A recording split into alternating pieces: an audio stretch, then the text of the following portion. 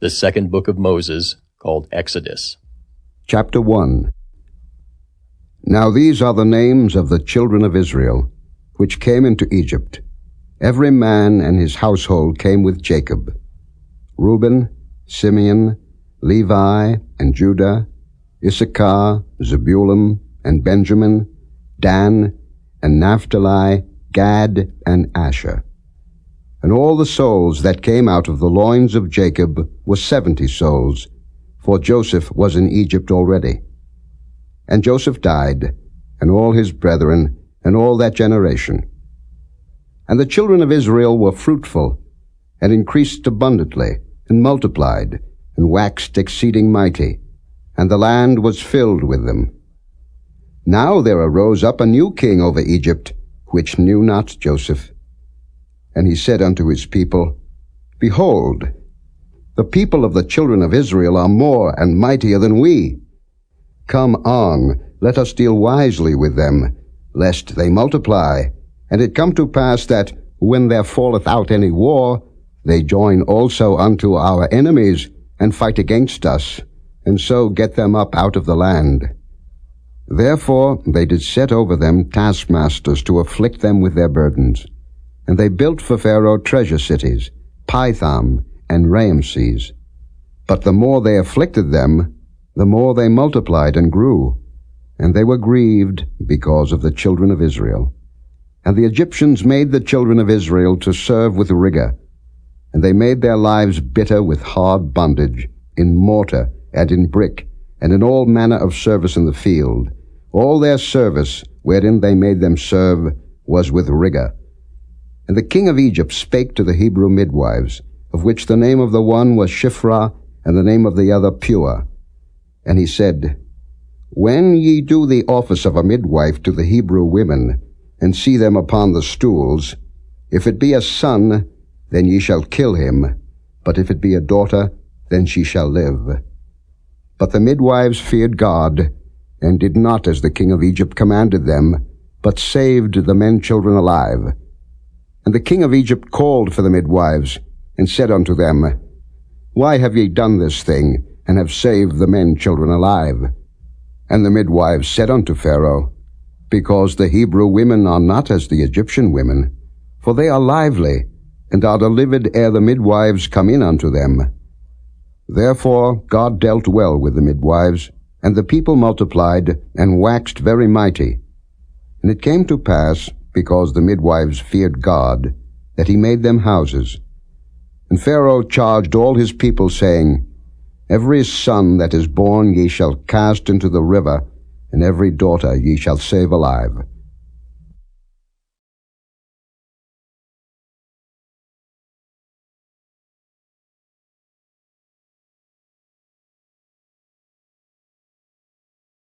Chapter 2. And there went a man of the house of Levi, and took to wife a daughter of Levi. And the woman conceived, and bare a son. And when she saw him that he was a goodly child, she hid him 3 months. And when she could not longer hide him, she took for him an ark of bulrushes, and daubed it with slime and with pitch, and put the child therein, and she laid it in the flags by the river's brink. And his sister stood afar off, to wit what would be done to him.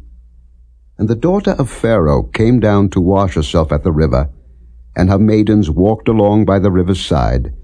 And when she saw the ark among the flags, she sent her maid to fetch it. And when she had opened it, she saw the child, and behold, the babe wept. And she had compassion on him, and said, This is one of the Hebrews' children. Then said his sister to Pharaoh's daughter, Shall I go and call to thee a nurse of the Hebrew women, that she may nurse the child for thee? And Pharaoh's daughter said to her, Go. And the maid went and called the child's mother.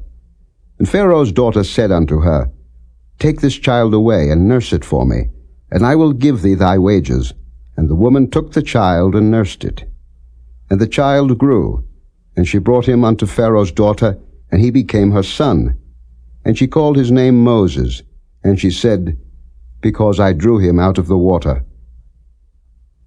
And it came to pass in those days, when Moses was grown, that he went out unto his brethren, and looked on their burdens. And he spied an Egyptian smiting an Hebrew, one of his brethren. And he looked this way and that way, and when he saw that there was no man, he slew the Egyptian, and hid him in the sand.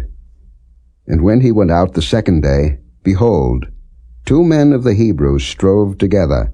And he said to him that did the wrong, Wherefore smitest thou thy fellow? And he said, Who made thee a prince and a judge over us? Intendest thou to kill me, as thou killedst the Egyptian? And Moses feared and said, Surely this thing is known. Now when Pharaoh heard this thing, he sought to slay Moses. But Moses fled from the face of Pharaoh, and dwelt in the land of Midian, and he sat down by a well. Now the priest of Midian had 7 daughters, and they came and drew water, and filled the troughs to water their father's flock. And the shepherds came and drove them away. But Moses stood up and helped them, and watered their flock. And when they came to Reuel their father, he said, How is it that ye are come so soon today? And they said, An Egyptian delivered us out of the hand of the shepherds, and also drew water enough for us, and watered the flock.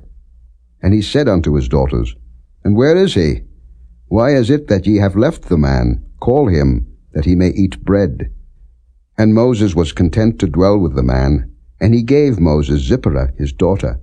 And she bare him a son, and he called his name Gershom, for he said, I have been a stranger in a strange land. And it came to pass in process of time, that the king of Egypt died, and the children of Israel sighed by reason of the bondage, and they cried, and their cry came up unto God by reason of the bondage. And God heard their groaning, and God remembered his covenant with Abraham, with Isaac, and with Jacob. And God looked upon the children of Israel, and God had respect unto them.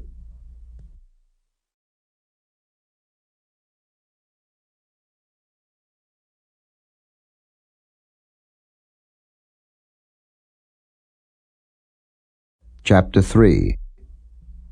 Now Moses kept the flock of Jethro his father-in-law, the priest of Midian. And he led the flock to the backside of the desert, and came to the mountain of God, even to Horeb. And the angel of the Lord appeared unto him in a flame of fire out of the midst of a bush. And he looked, and behold, the bush burned with fire, and the bush was not consumed. And Moses said, I will now turn aside, and see this great sight, why the bush is not burnt. And when the Lord saw that he turned aside to see, God called unto him out of the midst of the bush, and said, Moses, Moses. And he said, Here am I.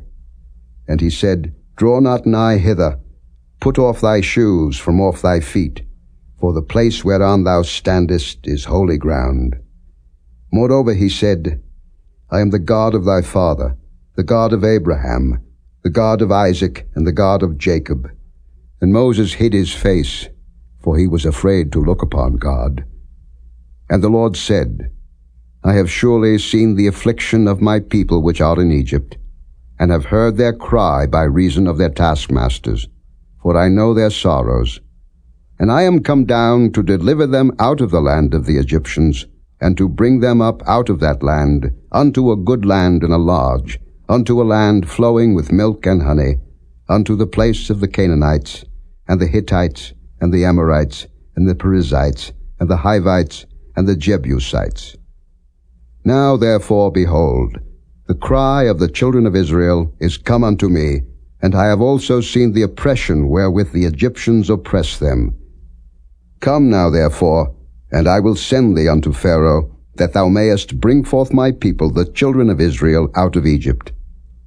And Moses said unto God, Who am I, that I should go unto Pharaoh, and that I should bring forth the children of Israel out of Egypt? And he said, Certainly I will be with thee, and this shall be a token unto thee, that I have sent thee.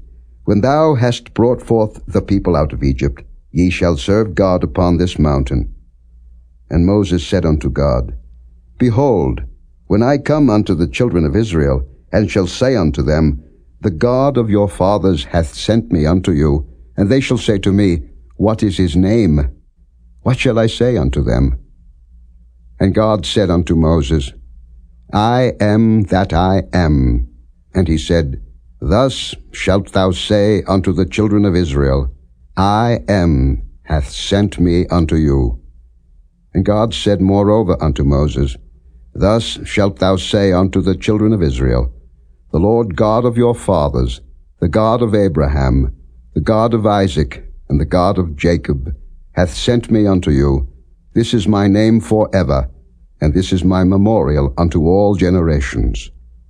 Go and gather the elders of Israel together, and say unto them, The Lord God of your fathers, the God of Abraham, of Isaac, and of Jacob, appeared unto me, saying, I have surely visited you, and seen that which is done to you in Egypt. And I have said, I will bring you up out of the affliction of Egypt unto the land of the Canaanites, and the Hittites, and the Amorites, and the Perizzites, and the Hivites, and the Jebusites, unto a land flowing with milk and honey. And they shall hearken to thy voice, and thou shalt come, thou and the elders of Israel, unto the king of Egypt, and ye shall say unto him, The Lord God of the Hebrews hath met with us, and now let us go, we beseech thee, 3 days' journey into the wilderness, that we may sacrifice to the Lord our God. And I am sure that the king of Egypt will not let you go, no, not by a mighty hand. And I will stretch out my hand, and smite Egypt with all my wonders which I will do in the midst thereof, and after that he will let you go. And I will give this people favor in the sight of the Egyptians. And it shall come to pass that when ye go, ye shall not go empty. But every woman shall borrow of her neighbor, and of her that sojourneth in her house, jewels of silver, and jewels of gold, and raiment, and ye shall put them upon your sons and upon your daughters, and ye shall spoil the Egyptians.